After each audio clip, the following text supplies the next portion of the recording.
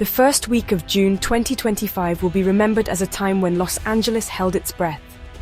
The city, a sprawling metropolis built on the dreams of millions of immigrants, found itself at the center of a national firestorm.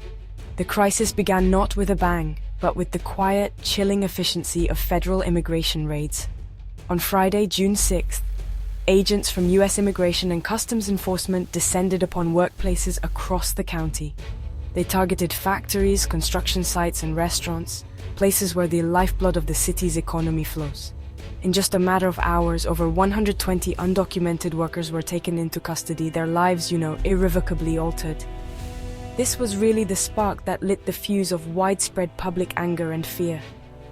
The initial reaction was one of shock and confusion, which quickly gave way to organized resistance.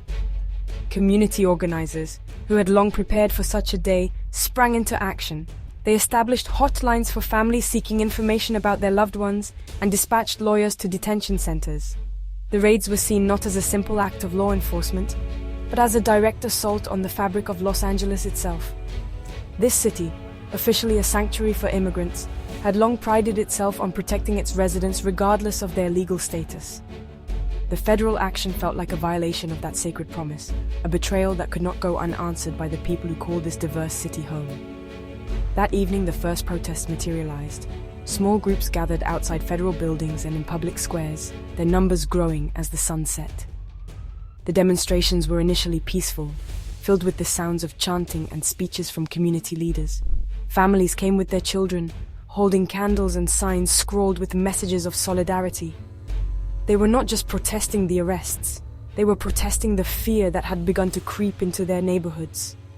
The federal government had drawn a line in the sand, and the people of Los Angeles were gathering to show on which side they stood, defending their neighbors and their city's core identity against what they saw as a hostile federal overreach.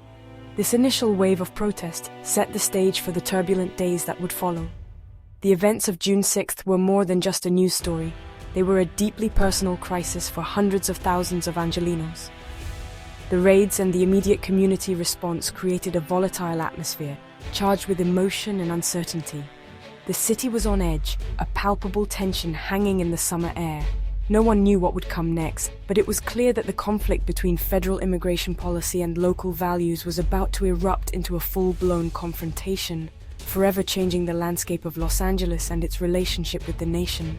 The workplace raids in Los Angeles were not a random occurrence, but a calculated move in a broader national strategy. President Donald Trump, in his second term, had made cracking down on illegal immigration a central pillar of his administration's agenda.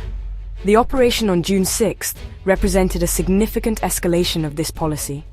It shifted the focus from border enforcement to the interior, directly targeting the economic networks that support undocumented communities. The administration's stated goal was to enforce federal law and deter employers from hiring undocumented workers. They argued that these actions were necessary to protect American jobs and uphold the rule of law, a message that resonated with the president's political base across the country. This aggressive federal stance created an immediate and profound clash with local and state officials in California. Governor Gavin Newsom and Los Angeles Mayor Karen Bass were swift and unequivocal in their condemnation. They labeled the raids as a form of political theater designed to intimidate and terrorize immigrant communities. They argued that such heavy-handed tactics were counterproductive, serving only to drive people further into the shadows and erode trust in law enforcement. Both leaders publicly affirmed that local resources, including the Los Angeles Police Department, would not be used to assist federal immigration agents, reinforcing California's status as a sanctuary state in open defiance of the White House. The political division was stark and highlighted a fundamental disagreement about the nature of governance and immigration in the United States. The Trump administration viewed immigration enforcement as an absolute federal authority, one that superseded any local policies or sentiments. From their perspective, sanctuary cities like Los Angeles were undermining national security and creating havens for lawlessness. They believed that a forceful demonstration of federal power was required to bring defiant cities into line. This uncompromising position set the stage for a direct confrontation, transforming Los Angeles into the primary battleground for the nation's soul. For the people of Los Angeles, this high-level political battle had very real and immediate consequences. The president's order was not just a headline from Washington, D.C., it was a direct threat to their neighbors, colleagues, and friends. It signaled that the federal government was willing to use its full power to impose its will on the city, regardless of the human cost. The crackdown was seen as a punitive measure against a city that had embraced diversity and inclusion. This perception of being under attack from their own federal government galvanized the community, turning simmering resentment into a powerful, unified force of opposition ready to defend their city's values. In an atmosphere already thick with anxiety, misinformation became a powerful accelerant. The city of Paramount, a working-class suburb southeast of downtown Los Angeles, with a population that is over 80% Hispanic, became the epicenter of this phenomenon. On the afternoon of June 7th, a rumor began to spread like wildfire through social media and neighborhood chat groups. ICE agents were conducting a raid at the local Home Depot. This store was more than just a retail outlet. It was a community hub, a place where day laborers gathered to find work and where families shopped for their homes. The rumor struck a nerve, tapping into the deepest fears of the community. The story was entirely false. ICE later issued a firm denial, and Home Depot management confirmed there was no raid at their store. But in the chaos of the moment, the truth could not keep pace with the fear. People already on high alert from the previous day's events reacted instantly. Families called one another in a panic, warning them to stay away. Angered and frightened residents began to converge on the location, their numbers swelling rapidly. They were not just responding to a rumor, they were responding to a plausible threat that felt all too real. The incident demonstrated how a single piece of misinformation could mobilize hundreds of people and ignite a protest out of thin air. The gathering in Paramount quickly escalated from a spontaneous demonstration into a tense standoff. As more people arrived, so did law enforcement. The peaceful chants soon gave way to angry shouts. Some frustrated protesters began throwing rocks and fireworks at the police line, who in turn responded with non-lethal force, including tear gas and rubber bullets. The scene descended into chaos, a stark illustration of how quickly fear and anger could boil over into confrontation. The rumor of a raid had become a self-fulfilling prophecy of conflict, transforming a quiet suburban shopping center into a volatile flashpoint that captured the nation's attention. The events in Paramount served as a critical turning point. They showed how vulnerable the city was to the spread of misinformation and how deeply the federal actions had unsettled the community. The incident was a microcosm of the larger crisis unfolding across Los Angeles. It was a story of fear trumping facts, of a community feeling so besieged that it was willing to mobilize based on a whisper. This escalation provided the federal government with the imagery it needed to justify a more forceful response, while simultaneously deepening the resolve of local activists who saw it as proof of a community pushed to its breaking point by relentless intimidation. In response to the escalating protests, particularly the chaotic scenes in Paramount and downtown Los Angeles, President Trump made an unprecedented decision. On June 7th, he invoked the Insurrection Act to federalize the California National Guard, ordering troops to be deployed to the city. This move was made without the request or consent of Governor Newsom, a dramatic assertion of federal power over a state.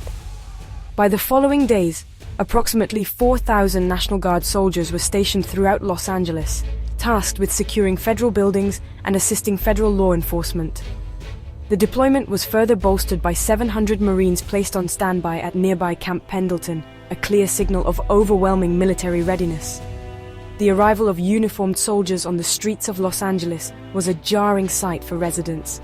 Humvees and military trucks became a common presence in neighborhoods far from any military base. Guardsmen, armed with rifles, stood watch outside federal courthouses, post offices, and administrative buildings.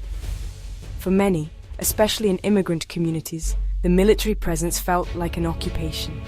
It was perceived not as a measure to keep the peace, but as an act of intimidation, a show of force designed to quell dissent.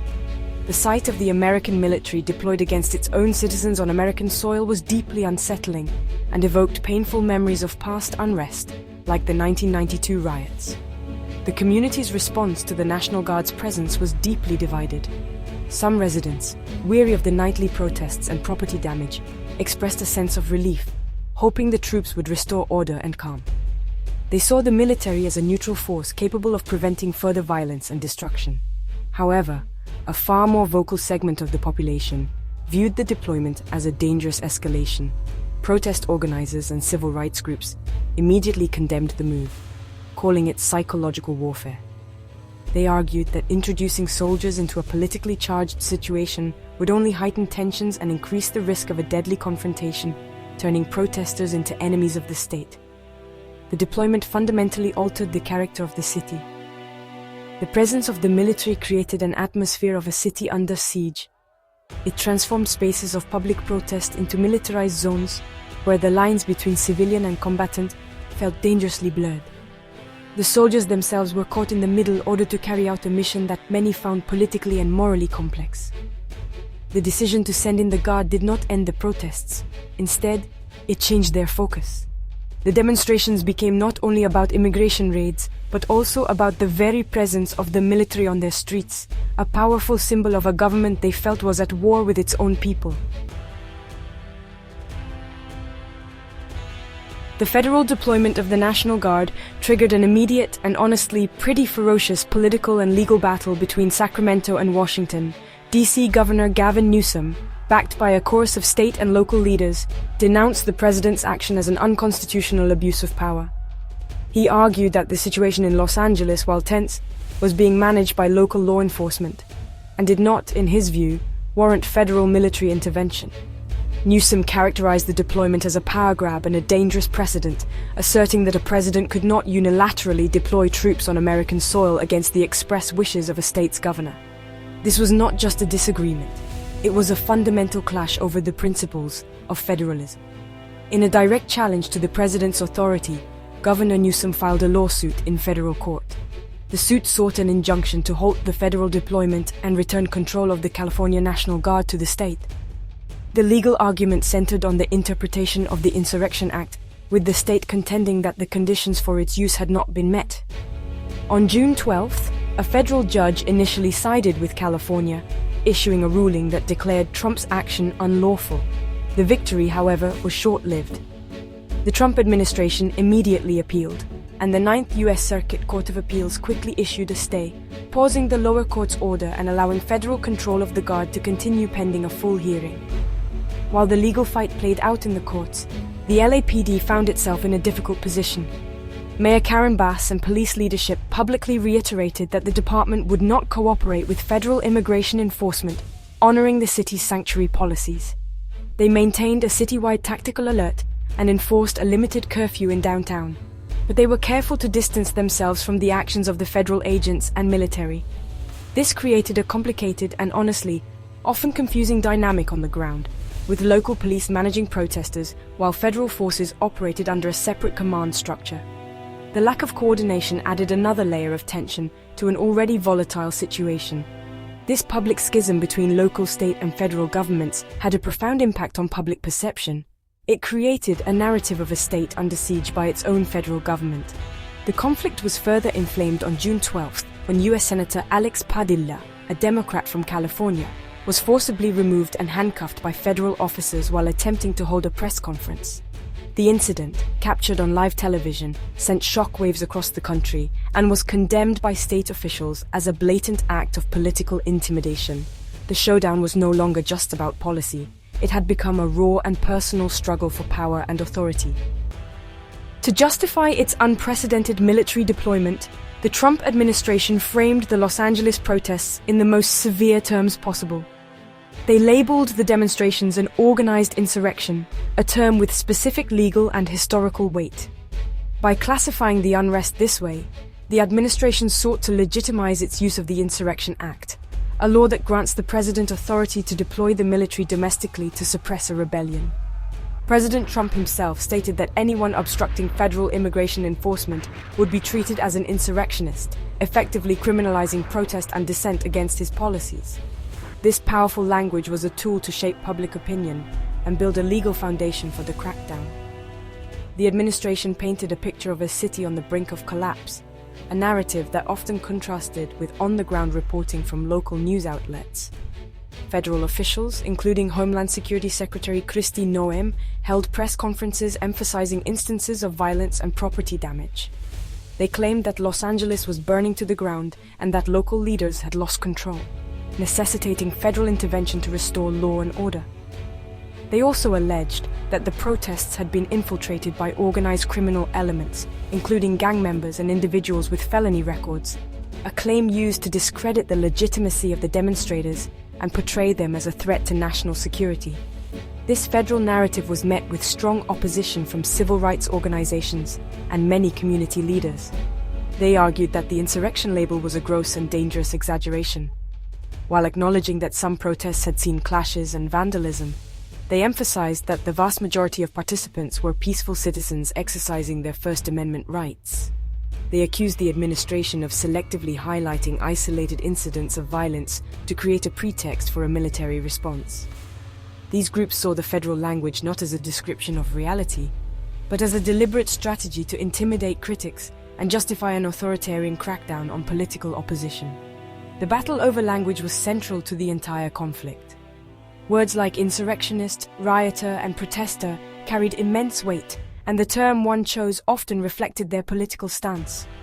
For supporters of the federal action, the demonstrators were lawless agitators, challenging the authority of the state. For opponents, they were patriotic citizens standing up against injustice. This stark difference in perspective meant there was no common ground, no shared understanding of the events themselves. The war of words ensured that the city and the nation would remain deeply polarized, unable to agree even on the nature of the crisis they were facing. Beyond the political battles and street confrontations, the crisis inflicted a deep and personal toll on the people of Los Angeles. For the city's vast immigrant communities, the combination of ICE raids and a heavy military presence created a pervasive climate of fear.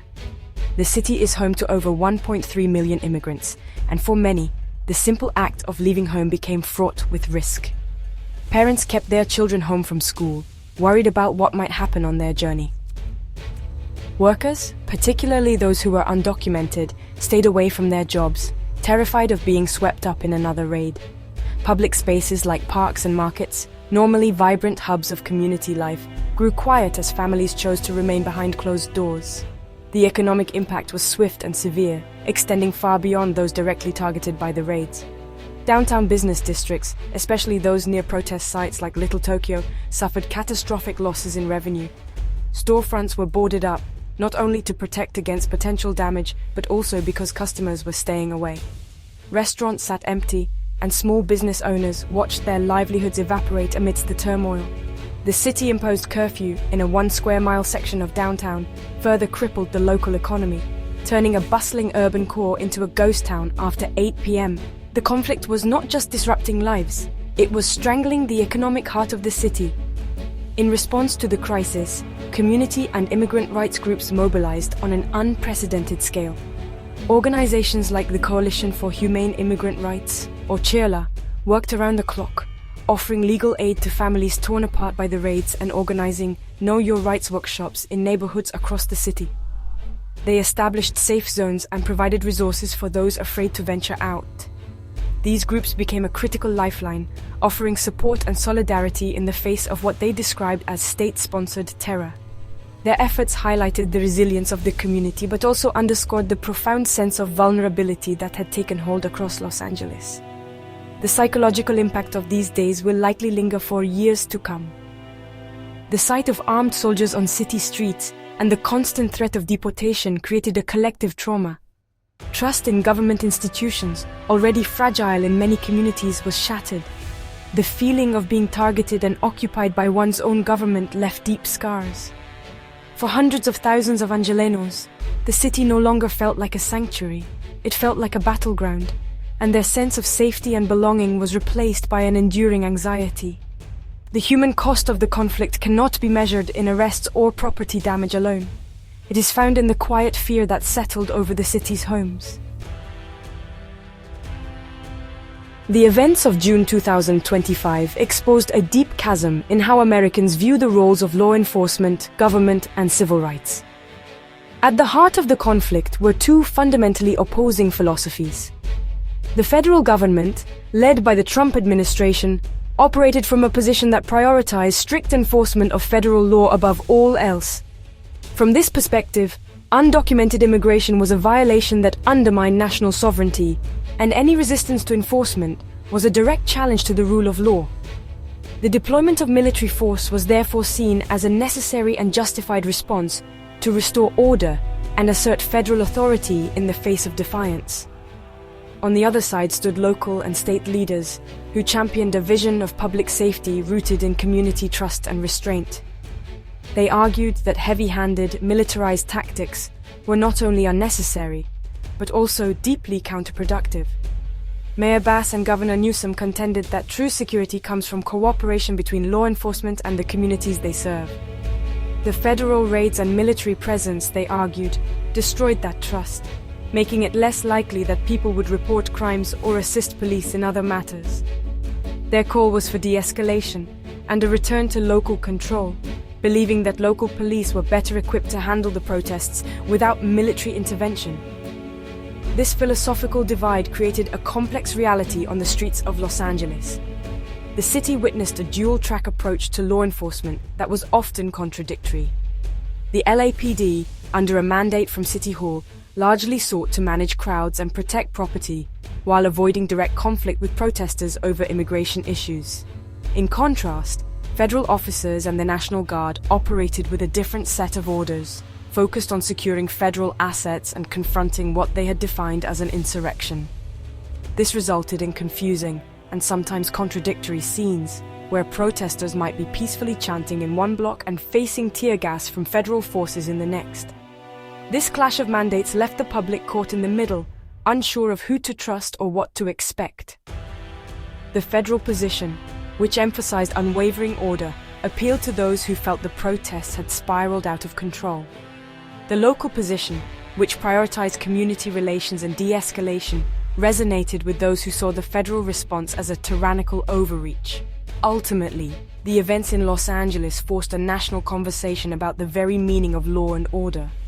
Is it achieved through overwhelming force and strict adherence to federal statutes, or through a more nuanced approach that values local autonomy and the preservation of civil liberties?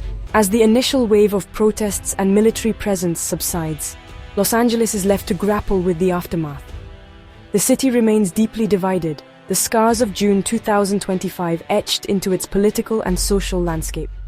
The immediate crisis may have passed, but the underlying tensions that caused it have only intensified. The federal raids, the military deployment, and the fierce resistance have left a legacy of mistrust and polarization.